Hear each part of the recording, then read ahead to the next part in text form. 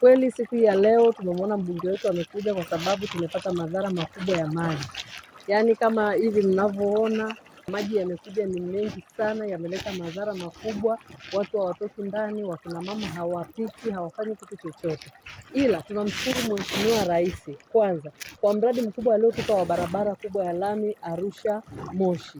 Lakini sasa pamoja na ile barabara kutengenezwa, kuna makalavati yale walioweka, yale maji yamejikusanya, yamenyooshewa, yanakuja upande mmoja na ndio yanakuja kuleta madhara kwa wananchi. Kwa hiyo sisi kikubwa tunachoomba serikali yetu sikivu, tunajua ni sikivu. Mimi kama mama ninaamini ya kwamba serikali itasikia. Tunaomba msaada kwa ajili ya wananchi wetu wa kata ya Kia. Hali sio nzuri, hali sio shwari kama mnavyoona. Watu wako ndani, hakuna anayetoka. Kitakachopata baadaye nadhani ni kuililia serikali kwa ajili ya chakula kwa ajili ya wananchi. Kwa majina naitwa Mami Lazaro Ndamu. Tumekuwa na changamoto ya maji mengi yanakuja mashambani, yameharibu mazingira, yanakuja paka kwenye manyumba ya watu. Kwa hiyo tulikuwa tunaomba jamani, kama serikali tusaidie, kwa sababu watoto hata wanashinda kwenda mashuleni, na toka lile daraja kubwa lililojengwa ndio imetuletea mafuriko makubwa, kwa sababu kipindi cha mvua tulikuwa hatuna hii shida, lakini sasa hii changamoto imekuja kutokea baada hiyo barabara kubwa kujengwa. Kwa hiyo tunaomba kama serikali tuangalie kwa jicho lingine la pili. Maana tunashukuru kwa ndugu yetu Mheshimiwa Saasisha Mafue kwa kufika hapa, amekuja kuangalia makazi ya watu jinsi yalivyoharibiwa na maji. Haya maji yana madhara makubwa sana. Kuna wananchi mpaka sasa hivi nyumba zao ziko katikati ya maji.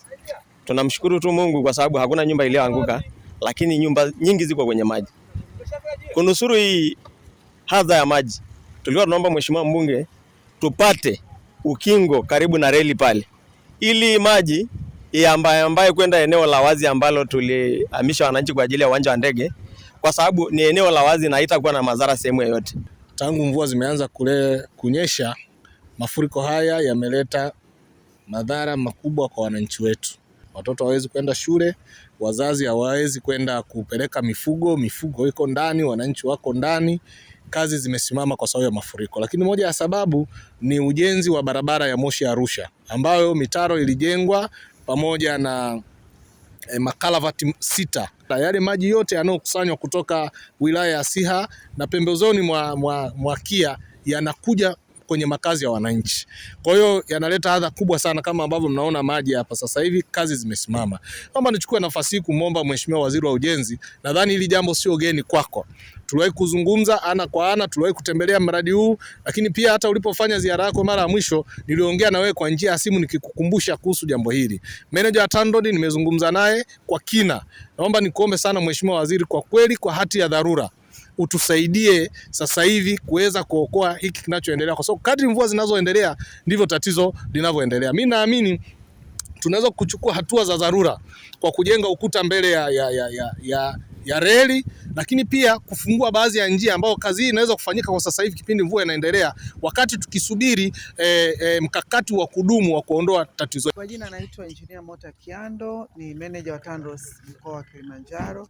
Tumetembelea eneo hili la kata ya Kia, kijiji cha Sanya Station, ambacho ni kijiji kimeathirika sana na maji ya mvua, na tumepita huku kuweza kutoa ushauri, kuona ni jinsi gani haya maji yanaweza yakazuiwa yasiende kuathiri wananchi huko maeneo ya kijiji cha Sanya Station.